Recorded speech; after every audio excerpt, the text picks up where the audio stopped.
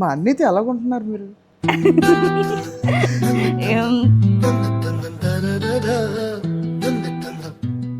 నా గురించి చెప్పండి ఒక మాట. ఇప్పుడు మా అన్ని గురించి ఎవరైనా అడుగుతారు, చెప్పండి.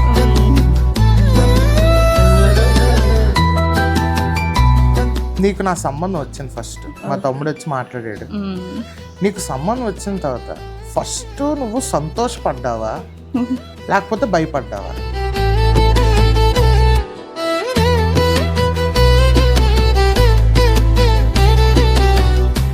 ఈ 3 years బట్టి నాకు తెలుసు నువ్వు ఎన్ని మాటలు ఎదుర్కొన్నావో, ఎలాంటి మాటలు వచ్చాయో, ఎలాంటి మాటలు అన్నారో కూడా నాకు తెలుసు. ఇప్పుడు వరకు నాకు ప్రెగ్నెన్సీ రాలేదని చాలా మాటలు వచ్చాయి.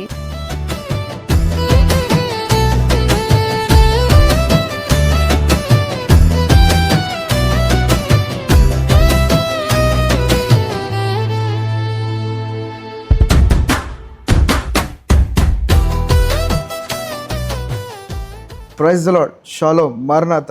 దేవుని అందరూ కూడా దీవించును గాక. మరలా ఈ 2వ పాడ్కాస్ట్ ద్వారా మరి మేము ముందుకు వచ్చినాం, దాన్ని బట్టి కూడా మేము స్తుతిస్తున్నాం. మరి మొట్టమొదటిది చాలామంది ఎంకరేజ్ చేశారు, చాలామంది చూశారు, దాన్ని బట్టి కూడా స్తుతిస్తున్నాం. ఆ అన్నిటి క్వశ్చన్స్ కూడా మేము అనేకమంది తెలుసుకున్నాం అన్నారు, దాన్ని బట్టి కూడా మేము స్తుతిస్తున్నాం. మరి మొదటిది ఎంతోమందికి దీవెనకరంగా ఉంది, మరి దేవుడు చక్కగా మరి మొదటిది కూడా నడిపించాడు, దాన్ని బట్టి కూడా మేము స్తుతిస్తున్నాం. మరి ఈరోజు కూడా మరొక గెస్ట్తో వచ్చాం. మరి మా కుటుంబంలో మరొక గెస్ట్గా మరి దేవుడు ఏర్పరిచిన మా వదిన, మరి నా ముందుంది మా వదిన. అమ్మా ఎలాగున్నారు? ఎలాగున్నారు? Praise the Lord. ఓకే, ఎలాగుంది హెల్త్? ఎలాగుంది? బానే ఉంది, అంతా ఎవ్రీథింగ్ లోపల లోపలంతా బానే ఉంది. చెప్పండి మీ పేరేంటి? మీరు చెప్తే కొంచెం తెలియాలి కదా ప్రజలకి. చెప్పండి. నా పేరు సుష్నా దీపిక. సుష్నా దీపిక గారు, రైట్. చాలా మందికి ఇప్పుడైతే మాత్రం మారింది పేరు, పాస్ట్ సృజన శామ్ గారు, రైట్. సిస్టర్ శామ్ గారు, గాడ్ బ్లెస్ యూ. ఏదైనా సరే మీరు మా కుటుంబంలోకి రావడం చాలా దీవెన. మరి వచ్చారు, అక్కడ నుంచి మేము 2 ఉన్న మనుషుల్ని దేవుడు 3గా చేశాడు. ఆ 3 కాస్త దేవుడు 4గా చేయబోతున్నాడు, దాన్ని బట్టి కూడా మేము స్తుతిస్తున్నాం. మరి ఏదైనా నాకు కొన్ని క్వశ్చన్స్ ఉన్నాయి, మరి తెలియాలి, ప్రపంచానికి కూడా కొన్ని విషయాలు కూడా తెలియాలి కనుక మరి పాస్టర్మగా మీరు ఇక్కడ పరిచయకి వచ్చారు. అక్కడ వరకు ప్రజలందరికీ తెలుసు, బట్ మీ చిన్నతనాలు చాలా తెలుసు. మీ బ్రదర్ అరుణ్ చెప్పారు, చాలా వరకు తెలిసాయి, అవి ఉన్నాయి. మీ కాలేజ్ లైఫ్లో మీరు ఎలా ఉండేవారని తెలుసుకోవడానికి వెయిట్ చేస్తున్నాం కనుక మరి ఫస్ట్ క్వశ్చన్ అడగాలని ఆశపడుతున్నాను. మరి దానికి వెళ్ళే ముందు ఒకటి, ఇది అనేక మందికి షేర్ చేయండి, దీనికి అనేక మందికి లింక్ అనేక మంది షేర్ చేయండి. మీకు తెలిసిన బంధుమిత్రులు, మీ స్నేహితులకి, అనేక మందికి వీలైతే స్టేటస్ పెట్టేసండి. ఇది దీవెనకరంగా ఉంటుంది. మరలా చెప్తున్నాను, ఈ ప్రతి మాట ప్రతిదీ కూడా దేవుడు మీతో మాట్లాడుతాడు కనుక ప్రతిదీ కూడా ఎవరో మారబడతారు కనుక దయచేసి జ్ఞాపకం చేసుకోవాల్సిందిగా కోరుదాం. ఓకే, క్వశ్చన్స్లోకి వెళ్ళిపోదామా. మొట్టమొదటిగా ఒక క్వశ్చన్ రాసుకొచ్చాను. మీరు చిన్నప్పుడు ఎలా ఉండేవారు? అంటే ఇప్పుడు చూసాను, ఇప్పుడు ఎలాగ పెళ్ళైన తర్వాత ఒకలాగా ఉంటారు ఎవరైనా సరే. మా అన్నని చూసాను కదా, చిన్నతనం నుంచి మా అన్నని చూస్తున్నాను. పెళ్ళైన తర్వాత పెళ్ళైన తర్వాత మీరు ఎలా ఉన్నారో నాకు తెలుసు. పెళ్ళికి ముందు ఎలా ఉండేవారు? అంటే చిన్నతనం నుంచి అసలు చెప్పండి. అసలు మీ ఫాదర్ ఎలాగా అన్ని కూడా చెప్తే తెలియాలి కదా, చెప్పండి. చిన్నప్పటి నుంచి కూడా నేను ఏంటంటే చాలా గారాబం నాది. అండ్ తర్వాత నేను బాగా ముద్దు. మమ్మీ కానీ డాడీ కానీ ఎవరు కొట్టేవారు కాదు, అసలు ఒక మాట కూడా అనేవారు కాదు. ఇంకా చాలా ముద్దు. అలాగే ఇంకా ఎక్కడికి తెలియదు నాకు, ఇల్లు ఒక్కటే తెలుసు అంతే. ఇంట్లోనే మమ్మీ డాడీ తమ్ముడు వీళ్ళు 3. ఇంకేమీ లేదు నాది లైఫ్లో. ఫ్రెండ్స్ అంటే స్కూల్లో అప్పుడు ఫ్రెండ్స్ తక్కువ, చాలా తక్కువ, 2 3 అంతే, దాని మించి ఎక్కువ లేరు కూడా. అండ్ ఇంకా అరుణ్తో నాకు వచ్చేది ఏంటంటే, ఇంకా ఎక్కడికి వెళ్ళినా తను నాతోనే ఉంటాడు. దేవుని కృపను బట్టి ఇప్పుడు కూడా అలాగే నాతోనే ఇక్కడే ఉంటాడు. అలాగే అవును, తెలుసు కదా, అరుణ్ కోసం మాకు తెలీదా? ఏదైనా సరే మీ చిన్నతనం మీరు సైలెంట్, ఒక మాటలో చెప్పాలంటే సైలెంట్. అరుణే బాగానే. ఓకే, వెరీ గుడ్ అమ్మ. నాన్నగారు ఏం చేసేవారు అమ్మా? Steel plant employee. ఇప్పుడు రిటైర్ అయిపోయారు ఇప్పుడు. ఓకే, ఊర్లో ఉంటున్నారు. ఓకే, అది మన ఫ్యామిలీ, అది మన ఫ్యామిలీ. సో కాలేజ్లో మీరు ఏమైనా ఉంటాయి కదా, ఇప్పుడు మా అన్నయ్య లాస్ట్ మీరు చూసారు కదా, లాస్ట్ పాడ్కాస్ట్ లో ఆయన చెప్పారు ఏంటి ఇలాగా నేను ఇలా చేసామని. సో మీరు కూడా చెప్పండి, కాలేజ్ లైఫ్ లో ఒక్కలేడో ఉంటారు కదా. కాలేజ్ లైఫ్ లో ఏమీ లేవు. నాది వచ్చేసరికి కాలేజ్ ఇల్లు అంతే, వెళ్ళడం రావడం అంతవరకే. మా వీధిలో వాళ్ళు కూడా అనుకుంటారు నేను అసలు ఉన్నాననేది మా వీధిలో వాళ్ళకి కూడా తెలీదు. ఇంట్లో ఉన్నారని కూడా తెలీదా? మా మమ్మీకి మా తమ్ముడు ఒక్కరే అనుకోండి, మమ్మీ డాడీకి తమ్ముడు ఒక్కరే అనుకునేవారు. అలా ఉండేది మొత్తం. ఓకే, ఏదైనా సరే కాలేజ్ కూడా సైలెంట్, రావడం ఉండడం అంతే. నా గురించి చెప్పండి ఒక మాట. ఇప్పుడు మా అన్నయ్య గురించి ఎవరైనా అడుగుతారు అంటే, మీరు దాదాపు 3 సంవత్సరాలు అయిపోయింది మీకు మ్యారేజ్ అయ్యి, మా ఇంటికి వచ్చి మీరు 3 సంవత్సరాలు అయ్యింది. సో ఈ 3 సంవత్సరాల్లో నేను మీకు ఎలా ఇష్టం అంటే ఎలాగుంటాను అది చెప్తే కొంచెం బాగుంటుంది. నాకు తెలుసుకోవాలంటే ఆడియన్స్ కూడా కొంతమంది తెలుసుకోవాలి ఉంటుంది కదా, చెప్పండి. ఇంకా మీ గురించి చెప్పడే ఉంటుంది, చెప్పడే. చక్కగా నన్ను చూసుకుంటుంటారు, వదిలేసిన అమ్మ అమ్మ అంటూనే ఉంటారు. అలాగని ఏదైనా సరే అమ్మ రీప్లేస్మెంట్ మీరేనమ్మా. రైట్. ఇంకా లాస్ట్ క్వశ్చన్, మా అన్నితో ఎలాగుంటున్నారు మీరు? పెళ్లి కాకముందు నాదంతా సైలెంట్ ఉండేది కాదు. సైలెంట్ కాదే, చూస్తుంటానండి నా లైఫ్ లో అయితే ఏడిపించడం మిమ్మల్ని బాగానే. నా లైఫ్ లో అయితే పెళ్లి కాకముందు ఒకటి, పెళ్లి అయిన తర్వాత ఒకటి. పెళ్లి కాకముందు అంతగా నవ్వేదాన్ని కాదు, అంత చాలా డల్ గా ఉండేనట్లుండేది. పెళ్లి అయ్యాక ఇంకా అన్ని ఏమంటారు, ఎంటర్టైన్మెంట్, హర్రర్, తర్వాత కామెడీ, ఇంకా అన్ని అన్నమాట. రైట్ అమ్మా. ఏదైనా సరే మీరు అలా ఇద్దరు దేవుని పరిచయం చేస్తున్నారు, అదే సంతోషం. మేము ఒకటే అనుకున్నాం స్టార్టింగ్ లో, అమ్మగారు కొంచెం టైం పడుతుందేమో అనుకున్నాం, బట్ దేవుని పరిచయంలో చక్కగా ముందుగా దేవుని కృప అది చెప్పాలన్నా, దేవుడు అలాగా నడిపించుకుని వెళ్తున్నారు. నేను చాలా టెన్షన్ పడ్డాను, కానీ దేవుని కృప ఎప్పుడు ఆయన తోడుగా ఉండి అలా నడిపించుకొని తీసుకొస్తారు. పర్లేదు, ఎమోషన్ అయినా పర్లేదు, ఎందుకంటే మీరు ఎలాగొచ్చారో మాకు తెలుసు మీ బ్యాక్గ్రౌండ్ ఎలాగొచ్చారో అనకూడదు. మీరు అసలు సేవకులు చేసుకోవడమే మీకు అది తెలియదు. సరే దేవుడు ఏదమ్మా, మీరు దేవుని పరిచయం చక్కగా చేస్తున్నారు, దాన్ని బట్టి కూడా మేము స్తుతిస్తున్నాం. దేవుడు కూడా నేర్పిస్తున్నారు అలాగా ఒకటి. రైట్ అమ్మా, thank you, God bless you. దేవుడు మిమ్మల్ని ఇంకా బలపరచాలి, ఇంకా మీ దేవుని సేవలో వాడబడాలి. ఇక్కడ మీతో ఇంత నేను మాట్లాడుతున్నానా చూడండి ఎన్ని మిస్డ్ కాల్లో చూడండి. ఆయనకి తాపరత ఏం జరిగిపోతుంది అని. అగో అక్కడే ఉన్నారు చూడండి అందరు,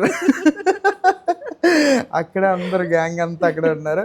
సో నా క్వశ్చన్స్ అయితే అయిపోయి, ఇప్పుడు మీ ఆయన గారితో, మీ హస్బెండ్తో ఆయన క్వశ్చన్స్ ఏమి ఉన్నాయంట, మరి ఆయన వస్తారు. ఆయన నెక్స్ట్ పార్ట్ అంతా అయింది.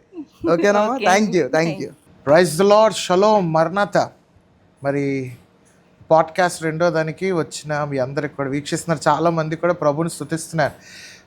మరి ఈరోజు మీ అందరికీ తెలుసు, మా ఆవిడ సృజన శామ్. ఏదైనప్పటికీ ఈవెన్ కూడా నేను కొన్ని ప్రశ్నలు అడగాలి. ఇప్పుడు మీరు ఏదైతే పాడ్కాస్ట్లో చూసారో, ఎలా నవ్వుతున్నారో, ఇంట్లో కూడా నాకు ఇదే తంతు. గొడవాడినా నవ్వే, ఏదైనా చెప్పినా నవ్వే, ఏదన్నా నవ్వే. ఆ నవ్వే నన్ను పడిస్తుందేమో ఏదైనప్పటికీ కూడా. అయితే నా దగ్గర కొన్ని క్వశ్చన్లు ఉన్నాయి, మనం బాధ్యతగా వాటికి జవాబులు చెప్పాలి. సో మన సేవకులు అనేక మంది మనల్ని చూస్తున్నారు కాబట్టి, తల్లి కాబోతున్నాం త్వరలో.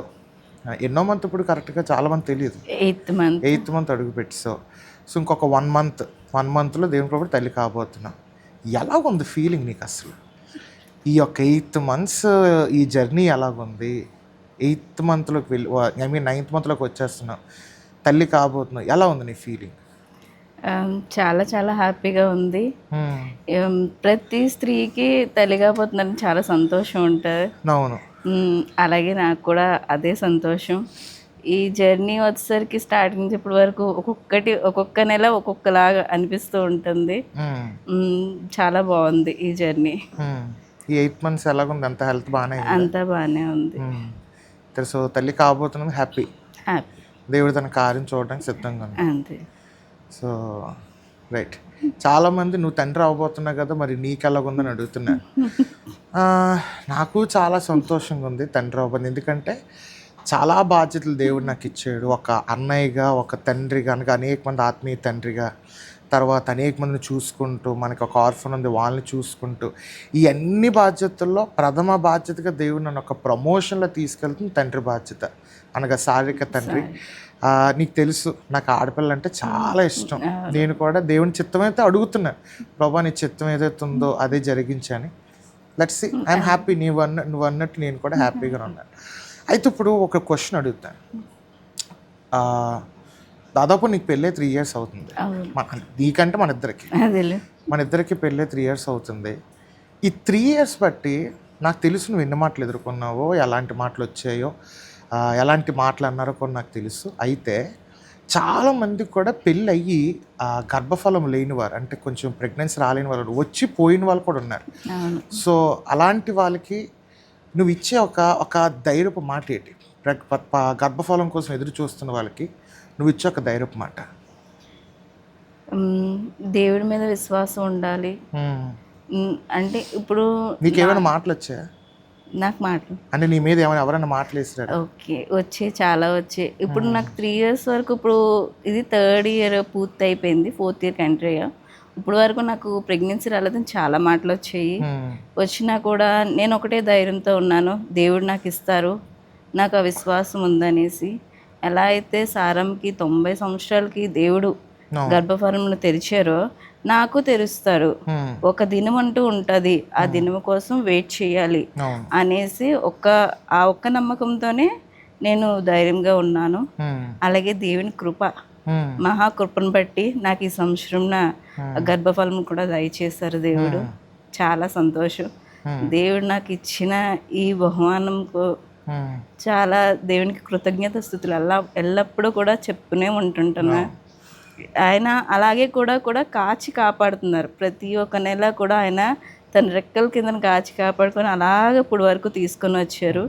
ఇంకొన్న 1 month కూడా దేవుని ఇంకా కాపాడి. సో గర్భఫలం కోసం వస్తున్నా అంటే వెయిట్ చేస్తున్న వాళ్ళకి ఇచ్చే సజెషన్, వాళ్ళకి ధైర్యం ఇచ్చే సజెషన్ ఏంటంటే, నేను అనేది ఒక్కటే, నిరీక్షణతో ఉండాలి, దేవుడిని అడగాలి.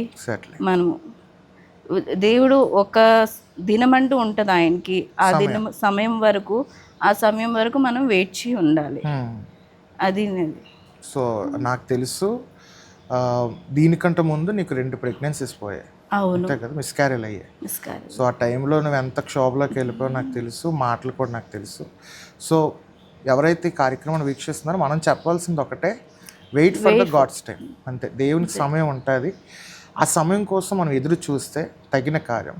అబ్రహాంకి నువ్వు అన్నట్టు ఆయనకి 100 సంవత్సరాలు, ఇక్కడ చూస్తే సారంకి 90 సంవత్సరాలు. 90 సంవత్సరాలు ఒక ఆమె వృద్ధులైపోయి అలా వెయిట్ చేసిందంటే, సో ఆమె నిరీక్షణ, దాన్ని బట్టి దేవుడు కొన్ని ఫలాల్ని దేశాన్ని ఏర్పాటు చేస్తున్నాడు. సో గర్భఫలం లేని వారి కోసం మనం చేయవలసింది ఏంటంటే, మెయిన్గా నువ్వు అన్నట్టు ప్రార్థన ఉండాలి. ప్రార్థన తర్వాత మరి ప్రాముఖ్యం ఓపిక, సహనం. ఎన్ని వచ్చినప్పటికి కూడా దేవుడి సమయం కొరకు మనం అందరూ కూడా వెయిట్ చేయాలి. ఎన్ని మాటలు వచ్చినా కూడా అదంతే కదా, మనం దేవుడు ఇస్తారు అనే విశ్వాసంతో ఉంటే ఆయన కంపల్సరీగా ఖచ్చితంగా జరుగుతుంది. సో గర్భఫలం వాళ్ళకి ఇచ్చే ధైర్యపు మాట బాగుంది. సో ఒక ఆడపిల్లగా ఇప్పుడు నువ్వు ప్రస్తుత దినాలు ఎలా వెళ్తున్నాయో, నేనే ఎన్ని కేసులు డీల్ చేశానో, సో నీకు అంత సేవకులుగా మనకు తెలుసు. ఇప్పుడున్న ఆడపిల్లలు ఇల్లు కట్టుకోలేకపోతున్నారు, డివోర్స్కి వెళ్ళిపోతున్నారు, విడిపోవడానికి మొక్కు చూపుతున్నారు, తర్వాత తెంపుకుందాం ఈ భావనలోకి ఆడపిల్లలు వెళ్ళిపోతున్నారు. సో యాజ్ ఒక ఆడపిల్లగా, ఒక యజమానురాలుగా, దేవుడు నీకు ఇచ్చిన బాధ్యత, ఒక సేవకురాలుగా, ఒక ఆడపిల్ల ఇల్లు ఎలా కట్టుకుంటుంది? జ్ఞానవంతురాలు తన ఇల్లు కట్టుకునే మాట ఉంటుంది సామెతలో. సో నువ్వు ఇల్లుని కట్టుకుంటున్నావు, సో నువ్వు ఇచ్చే ఒక సలహా ఏంటి? ఎవరైతే విడిపోదాం అనుకుంటున్నారో వాళ్ళకు ఉపయోగపడే మాట చెప్పగలవా?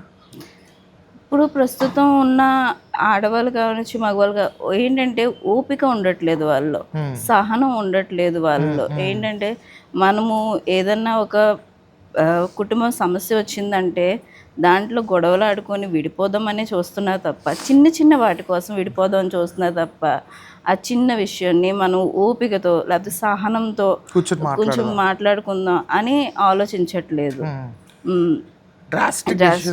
బాగాని స్పీడ్గా ఏంటి ఒక ఏదైనా సమస్య వచ్చిందంటే దానికి పరిష్కారం చాలా ఫాస్ట్గా తీసుకుంటున్నారు. ఏంటంటే ఒక్కటే విడిపోదాం అనేసి, విడిపోవడం 2 నిమిషాల పని, అంతేగాని మనం ఓపికతో ఉందాము. లేకపోతే ఒకవేళ భర్తకి ఇష్టమైన రీతిగా మనం మార్చుకుందాం మనల్ని. ఇది కరెక్ట్ అయిన పదం. భర్తకి ఇష్టమైన రీతిగా మార్చుకుంటే భర్త కూడా విడిపోవడానికి ఇష్టపడతాడు. భర్త కూడా ఒక ఆడపిల్ల ఎప్పుడైతే తన ఇష్ట ప్రకారంగా మారుతాడో, భర్తకి ఇష్ట ప్రకారంగా, భర్త కూడా భార్యకి ఇష్ట ప్రకారంగా ఆటోమేటిక్గా మారిపోతాడు. సో నీకు నేను వచ్చిన ముందు నీకు తెలుసు నేను అవుటర్ ఫుడ్ అంత ఎక్కువగా తినేవాడిని. ఎక్కువ అంటే పరిస్థితులు బట్టి నేను ఎక్కువ బయటకు వెళ్ళి తినవలసి వచ్చేది. కానీ ఎప్పుడైతే నేను ఇంటికి వచ్చావో నువ్వు అది కట్ చేసావు, పూర్తిగా ఇంట్లో ఫుడ్ అలవాటు చేసావు. అవుటర్ ఫుడ్ అప్పుడు నుంచి మాకు అలవాటు అవ్వలే. సో నువ్వు మాకు తగ్గట్టు నువ్వు తిప్పావు, మేము నీకు తగ్గ తిప్పాము, కాబట్టి అంతా సెట్ అయింది. సో నువ్వు యాజ్ పర్ నువ్వు చెప్పిన మాట ప్రకారమే. సో భార్యాభర్తలు అనేవారు ఓపికతో కట్టుగా ఉండాలి, డెసిషన్స్ బిగ్గా తీసుకోకూడదు. ఒక ఆడపిల్లకి భర్త తప్పు చేసినప్పుడు దొరికిపోతే ఒక ఆడపిల్ల దాన్ని ఎలా తీసుకోవాలి? ఏదైనా సరే నలుగురు మధ్యన పెట్టకుండా ఇద్దరే కూర్చొని ఇంట్లోని వాళ్ళిద్దరూ మాట్లాడుకుంటే ఒక సమస్య తీరుతుంది. అలా కాకుండా అందరి మధ్యన పెట్టేసి రచ్చ చేసుకుంటే ఒకరి మీద ఒకరికి ఉన్న ప్రేమ, నమ్మకం అవి కూడా తెగిపోతూ ఉంటాయి. కాబట్టి ఎప్పుడైనా సరే ఏ సమస్య వచ్చినా సరే, ఒకవేళ ఎవరైనా ఏమన్నా అన్నారు, మీ హస్బెండ్ వచ్చి వేరే వాళ్ళ దగ్గర మిమ్మల్ని ఇలా అన్నారు అన్న మాట నీకు వచ్చినా కూడా డైరెక్ట్గా వెళ్ళి హస్బెండ్ కూర్చొని మాట్లాడేస్తే ఒక పని అయిపోతుంది. పేరెంట్స్ లేకపోతే ఫ్యామిలీతో ఎంటర్ అవ్వకూడదు, నలుగురు మధ్యన పెట్టకూడదు. ఒక మగవాడికి కూడా నేను ఇచ్చే సజెషన్, ఒక ఆడపిల్ల కానీ భార్య కానీ తప్పుకు దొరికితే ముందు చెప్పిన రీతిగా డెసిషన్ స్పీడ్గా తీసుకోకుండా నలుగురు కూర్చొని నలుగురు మధ్యన పెట్టుకోకుండా ఇద్దరు 1-on-1 కూర్చొని మాట్లాడితే అన్నీ సర్దుమనిపోతుంటాయి. ఎప్పుడైతే నలుగురు మధ్యన పెడతారో అల్లరైపోద్ది. అల్లరైపోవడం వల్ల ఏం జరుగుతుందంటే ఆటోమేటిక్గా ఏం జరుగుతుందంటే ఈగోలకి వెళ్ళిపోతాం. ఈవిడ వాళ్ళ ముందు నా పరువు తీసింది, ఆయన వీళ్ళందరి ముందు నా పరువు తీసిందని చెప్పేసి ఇద్దరికిద్దరు ఈగోకి వెళ్ళిపోయి లాస్ట్కి ఏమైపోతారు? విడిపోవడానికి. అదే అందుకని నేను ఎప్పుడు కూడా ఇప్పుడు నీకు కానీ నాకు కానీ నేను మా తమ్ముడికి కూడా చెప్తున్నాడు, మన ఇద్దరు గొడవ అయితే నువ్వు ఎంటర్ అవ్వకు, మా ఇద్దరు తమ్ముడికి నా గొడవ అయితే నువ్వు ఎంటర్ అవ్వకు. సో ఇది నిబద్ధత ఉన్నాం కాబట్టి దేవుని కృపను ముగ్గురు చక్కగా ఉండగలిగాం. సో నువ్వు చెప్పేది ఏంటంటే ఒక ఆడపిల్లకి మగవాడు ఏమైనా తప్పు దొరికితే నలుగురు మధ్యన పెట్టుకోకుండా ఇద్దరు కూర్చొని 1-on-1 మాట్లాడుకుంటే అంతా కూడా క్లియర్ అయిపోతుంది. సో మంచి సజెషన్స్ ఇచ్చారు. తల్లి కాబోతున్నారు, తర్వాత గర్భఫలం రాని వారికి ధైర్యం మాటలు చెప్పారు. సో ఇల్లు ఎలా కట్టుకోవాలో చెప్పారు. సో ఇంత చక్కగా వెళ్తుంది కదా, ఇంత చక్కగా ఉంటున్నావు కదా, నాలో ఏమైనా కంప్లైంట్లు ఉన్నాయా? అంటే మీరు ఇదంటే నాకు మెంటలు వచ్చేస్తుందండి అలాంటి వేటలు ఉన్నాయా? ఏమీ లేవండి, నిజంగానే ఏమీ లేవు. అప్పుడప్పుడు మీరు కోపడుతుంటారు. నా కోపం నిజం భయం వేస్తుందా? చాలా చాలా భయం వేస్తుంటది. మా తమ్ముడు చెప్తాను కోపడితే కింగ్ కాంగ్ లా కనబడుతుంది నేను చెప్తాను. కింగ్ కాంగ్ లా ఏం కాదు కానీ భయం వేస్తుంటది నాకు. మీరు కోపడితే అంటే ఏడుపు వచ్చేస్తుంది. ఆకారం చూసి భయం వేస్తుందా లేకపోతే నా రౌద్రం చూసి భయం వేసేస్తుంటుంది? రౌద్రం చూసి. రైట్, అయితే ఫన్ రౌండ్లోకి వెళ్దాం. ఓకే, సరదాగా ఆడదాం, ఇంట్లో ఆడినట్టు ఆడకుండా సీరియస్గా ఆడదాం. అది ఏంటంటే ట్రూత్ ఆర్ డేర్లో ఆడదాం. ఓకే, సో లేడీస్ ఫస్ట్ కాబట్టి సో నేను ట్రూత్ ఆర్ డేర్ చెప్తాను, నువ్వు నన్ను ఏం చేయాలో నువ్వు అది చెప్పాలి. ఓకే, నేనైతే డేర్. మీరా? డేర్. ఓకే అండి, ఏం చేయమంటా? నా డేర్ అంటే ఏం చెప్పాలి? సరే అండి, అయితే మీ ఫ్యామిలీ మెంబర్స్ కానీ లేకపోతే మీ ఫ్రెండ్స్ కానీ ఎవరికైనా ఒకరు ఫోన్ చేసి ఈ రోజుతో నీకు నాకు కట్ అని చెప్పాలి, రిలేషన్ తెంపేసుకోవాలి. ట్రై చేయండి. ఎవరికి చేయాలి అదేమని డిసైడ్ చేస్తా లేకపోతే నేనే డిసైడ్ చేసుకున్నా? బెస్ట్ ఫ్రెండ్ ఉన్నారు కదండి, మీ బెస్ట్ ఫ్రెండ్ ఫోన్ చేసి చేయండి. అయితే మా అక్కకి చేస్తాను. ఓకే, బెంగళూరు చేయండి.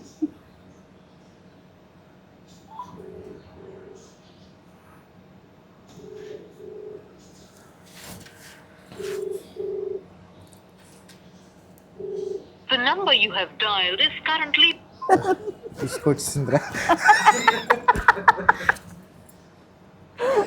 ఎవరు చేయలే. సరే అంతట్లోకి ఇప్పుడు నెక్స్ట్ నువ్వు ఇప్పుడు నువ్వు వచ్చి నేను లాస్ట్లో నేను ఫోన్ కొడతాను. ఓకే సరే. నేను సో ట్రూత్ డేర్ నువ్వు ట్రూత్. సో నీకు నా సంబంధం వచ్చింది ఫస్ట్, మా తమ్ముడు వచ్చి మాట్లాడాడు. నీకు సంబంధం వచ్చిన తర్వాత ఫస్ట్ నువ్వు సంతోషపడ్డావా లేకపోతే భయపడ్డావా? ఫస్ట్ నేను పడింది అయితే భయపడ్డాను. భయపడ్డావా? భయపడ్డాను. అంటే ఎందుకు భయపడ్డాను అంటే నాకు ఒకటే, నా ఆకారం చూసి భయపడిపోయావా లేకపోతే ఏంటి? మీ ఆకారం చూసని కాదు, మిమ్మల్ని చూసని కాదు, కాకపోతే ఒక దైవజన్ని సేవకులు సంబంధం రాగానే ఎవరికైనా టెన్షన్ వస్తుంది, భయం వస్తుంది. ఎందుకంటే నాకు ఆ బ్యాక్గ్రౌండ్ లేదు, తర్వాత నాకు ఏమీ తెలీదు సేవ గురించి. మీరు అడగగానే నాకు చాలా టెన్షన్ వేసింది, భయం వేసింది కూడా. అలాగా తర్వాత నేను దేవునికి ఒకటే ప్రార్థన చేశాను, నీ చిత్తం అయితే నువ్వు నన్ను సేవకురాలుగా ఎంచుకుంటున్నారైతే సరే అండి, మీ ఇష్ట ప్రకారంగా తీసుకువెళ్ళండి, మీకు ఇష్టం అయితేనే అనేసి నేను ప్రేర్ చేసుకున్నాను. దేవుడు చిత్తము అది మొత్తం మ్యారేజ్ అంతా చక్కగా జరిగింది. సో నీకు ఫస్ట్ భయం వేసింది? భయం వేసింది. నేనైతే హ్యాపీగా అంటారేమో అనుకున్నాను. సరే సరే, నా టైం కాబట్టి ట్రూత్ తీసారు. అయితే మిమ్మల్ని వచ్చి అడగాల్సింది ఏంటంటే, ఎక్కువ మీది కాలేజ్ గురించే కదా, కాబట్టి మీ కాలేజ్లో విషయం, మీ కాలేజ్లో ఎవరినైనా స్టూడెంట్స్ని ర్యాగింగ్ చేశారా, ముఖ్యంగా అమ్మాయిల్ని? ర్యాగింగ్ అంటే నీకు తెలుసు, మీ తమ్ముడు సుధీరే నా జూనియర్. అవును. ర్యాగింగ్ అంటే పెద్దగా చేయలేదు, కానీ అంటే అప్పుడు మనకి చదువు కొంచెం అత్యవసర మార్కులు కాబట్టి బీటెక్లో రికార్డ్స్ ఉంటాయి. అవును, రికార్డ్స్ తర్వాత ఏవో ఉంటాయి, డయాగ్రామ్స్, ఫారమీ అని. సో ఇవి నేను ర్యాగింగ్ అనను, కానీ నేను రాలేకుండా ఏవైతే ఉంటాయి అన్ని స్టూడెంట్స్కి, అదే జూనియర్స్కి ఇచ్చేసి వాళ్ళతో రాయిపించుకునేవాడిని. నా దేవుని మహాకృప ఏంటంటే మా మాస్టర్కి నేను దొరికిపోయేవాడిని, నేను వేరే వాళ్ళతో రాయిపిస్తాను. సో అప్పుడు మీ సర్స్ ఏమని ఇసిరిసేవారు, నాతో రాయిపించుకుని మళ్ళీ వచ్చేవారు. సో నేనైతే అమ్మాయిలకి ర్యాగింగ్ అలా చేసేవాడిని. నేనైతే చేస్తే ఇదే చేసేవాడిని, తిరిగి వాళ్ళకి గిఫ్ట్గా చాక్లెట్ కూడా ఇచ్చేవాడిని. సో ఇదైతే నేను చేశాను. సో కాల్ మళ్ళీ చేద్దాం, మళ్ళీ మా అక్కకే చేద్దాం.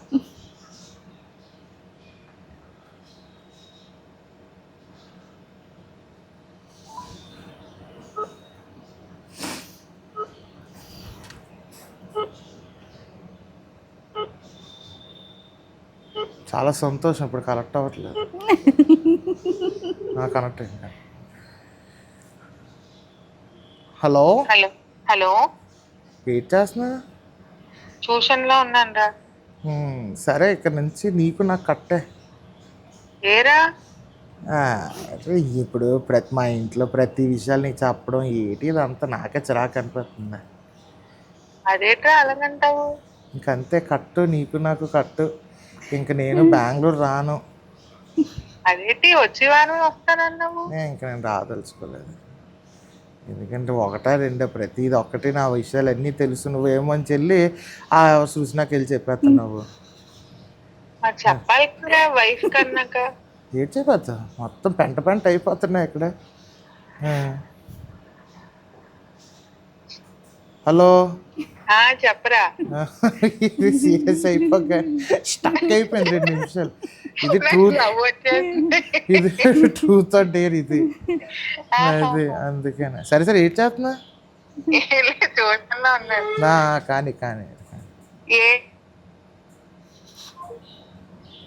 మా అక్క పెద్ద సీరియస్గా తీసుకోలేదేమో అనిపిస్తుంది.